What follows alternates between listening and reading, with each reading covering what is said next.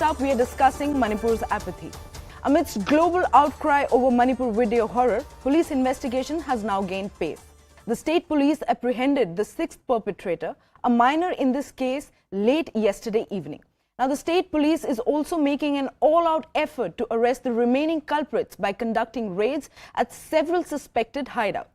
Meanwhile, the situation in the state continues to remain volatile as search operations in the vulnerable and fringe areas of both hill stations and the valley districts of Manipur continue. We are right now in a camp. This was a college classroom. Over 720 people still living in this camp, and this has become their home. A thing which was a classroom, now that has become their home because they can't go back to their home. And the big question is, the 2 months have crossed. We'll talk to the people. ये बताइए कि आप कितने दिन से हैं और कब क्या कोई वापस जाने का कुछ चांस? चांस तो हमारे पास तो कुछ भी नहीं है। अभी देखो सेंट्रल स्टेट गवर्नमेंट भी कुछ फ़ायदा भी नहीं उठा रहा है हम लोग के पास। तो हम लोग यहाँ पे ठहरा है तो 3 महीने होने वाला है और हम लोग यहाँ पे रह रहे हैं। सारे बीवी बच्चे से सब यहाँ पे हो गए और हम जाना चाहते हैं। हमारा जो हम लोग का घर है वहीं पे जाना चाहता हूँ। तो होगा तो सेंट्रल स्टेट गवर्नमेंट और सेंट्रल गवर्नमेंट उन लोग को मिल के हम लोग को जाने के लिए ऐसे कुछ समस्या कुछ देख के हम लोग को दे दो, वही बात हम लोग को। आपका बीवी का तबीयत कैसा है? तबीयत अभी देखो 3 महीने होने वाला है यहाँ पे। तो रिलीफ कैंप में तो कैसे खाना होगा, देता है सब अच्छा से देता है, मगर मन में कुछ नहीं तो खाना भी खा नहीं सकता है, सो भी नहीं सकता है। अभी देखो उसका बीपी भी लो हो गया 90/60 ये। So you can see in their, in their faces that they don't want a package. All they want is they want to go back home, and all this violence, every day something or the other is happening. Manipur is not coming back to normal. When will normalcy come back in Manipur? That's a big question. And ये बताइए कि आप कितने दिनों से हैं यहाँ पे? मैं इधर 2 महीना से हूँ। मैं 10 मई से मैं इधर ही हूँ मैडम। क्या कुछ बोल रहा है वापस जाने का कुछ, या फिर कुछ उम्मीद है? अभी तक एक उम्मीद हो सकता है, अगर गवर्नमेंट ने जो इमिग्रेशन बर्मा से जो हमारा मणिपुर में आता है। आप लोगों को कुछ बोला है कि कुछ वापस जाने का? कुछ अभी तक कुछ नहीं बोला मैडम। हम लोग ऐसा ही रख रहे हैं।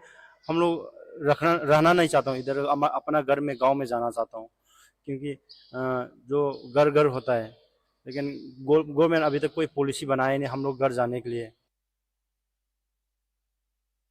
महिला अपराध की घटनाओं पर हम लोग चर्चा करने के लिए तैयार हैं, चाहे वो मणिपुर की हो, राजस्थान की हो, बिहार की हो, बंगाल की हो। हम अपनी जिम्मेदारी को भी समझते हैं, हम सही कदम भी उठा रहे हैं और हम चर्चा भी सदन में करवाने के लिए बिल्कुल तैयार हैं। लेकिन मेरा सवाल यह है कि विपक्ष चर्चा से क्यों भाग रहा है?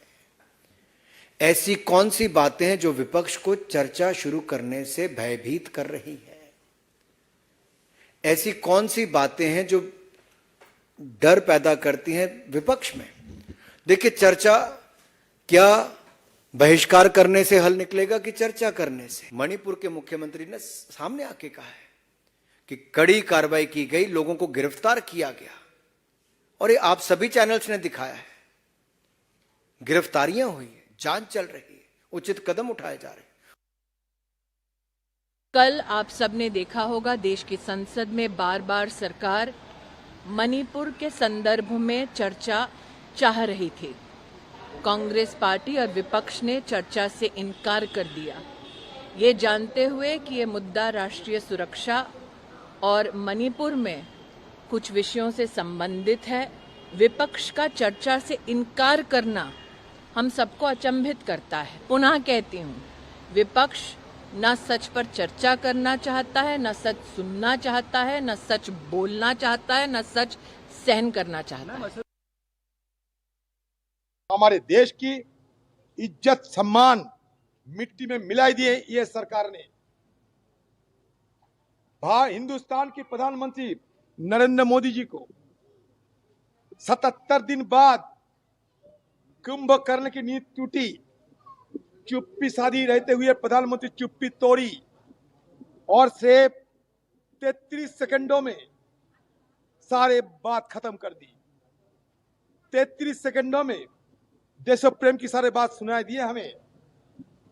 लेकिन इसी दरमियान सारे मणिपुर में जिस तरीके से कानून व्यवस्था की बदहाल हो रहे हैं, लोगों के अंदर त्राही त्राही मच चुके हैं, ना खाना ना पानी ना रहना, कहां जाएंगे लोग। That issue is a serious issue, and that we will have a whatever if matter is discussed in the parliament, we will present our point of view. But right now, I can't say anything outside because the matter may be discussed in the parliament. Look, our Prime Minister has spoken on the issue. The issue in Manipur is, he has already condemned it, and he has already said that those who inflict cruelty and pain and crimes on women, wherever they are, whichever state they are, will not be left unpunished. Well, the hope for the survivors to return back to normalcy is yet to be attained. Now, global